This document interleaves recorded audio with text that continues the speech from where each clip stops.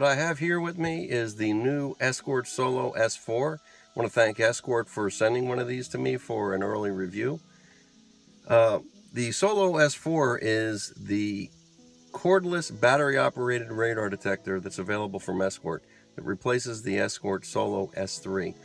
Escort's been making basically the only real cordless battery-operated radar detector for years, and this is the latest iteration of that. Functionally, it's very similar to the Escort Solo S3, which it replaces, but it has some nice updates to it. It has more of a industrial type look to it, and it has an updated and improved Oled display, which I find really very readable. What surprises me, though, in driving with this detector is its performance, particularly with laser, which, if you follow me, you know how much importance I'd place on the ability of a radar detector to detect laser. And in fact, a little later, I'll have a video showing the Solo S4 doing a really nice job against a police laser trap that I just went across this past weekend in Maryland. I happen to have Veil on my car as well, our new version G5.5 on our 5 Series here, silver BMW. And not only did this thing do well, but we thwarted the officer's attempt to get my speed in a construction zone where the fines are doubled. So I think you'll really enjoy that when you see it. But again, the S4 did very well on that. Now, to be clear, this detector is not going to win any long distance tests. This detector is not designed for extreme range, so don't expect that if you were to buy it. What the S4 is really designed for is efficiency, since it can run on 2 AA batteries, and to give the road warrior or somebody who travels a lot, perhaps changes cars, rents a lot of cars, or who doesn't really like to have cords dangling off their windshield, which can happen if you have a lot of products on your windshield, like a GPS detector or some other things. This keeps the mount very clean. Interestingly enough, though, with the S4, just like the previous, it can be powered. And what I have here, it's very nice, is the new smart cord from Escort, which also has the USB connector to power your smartphone if you have one. And it's got the same RJ11 jack and a nice, mute button. And when you plug it into the detector, the S4 will go into power mode, and it won't be using the batteries. And, you can get the best of both worlds. You can use cordless when you want it, and then use corded when you'd like to use that too. So, driving with this detector, I think this is probably most suited to somebody, as I said, who travels a lot, perhaps uses a lot of rental cars, moves from car to car, doesn't want to be lugging around cables. Cigarette lighter may not be working in a rental car, for example. Or again, if somebody who doesn't want to have cords dangling off the windshield. I think it's best suited for somebody who would drive perhaps no more than 15 miles an hour over the speed limit if they happen to, or 10 to 15. I would not necessarily recommend this detector for somebody who really, potentially drives quite a bit faster over the posted limit. But for the vast majority of drivers who drive within those realms, this detector, I think, could provide, a level of protection that would be certainly adequate for most drivers. It doesn't have some of the more advanced features of Escort's more expensive and more sophisticated radar detectors.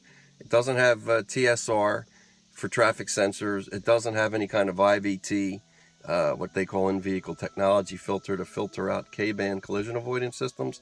But having driven with it, since the sensitivity of this radar detector, the absolute sensitivity on radar, is not as high as other detectors, the need for having some of those advanced filterings are not really going to be as important, because the detector in and of itself is going to be less sensitive to see those.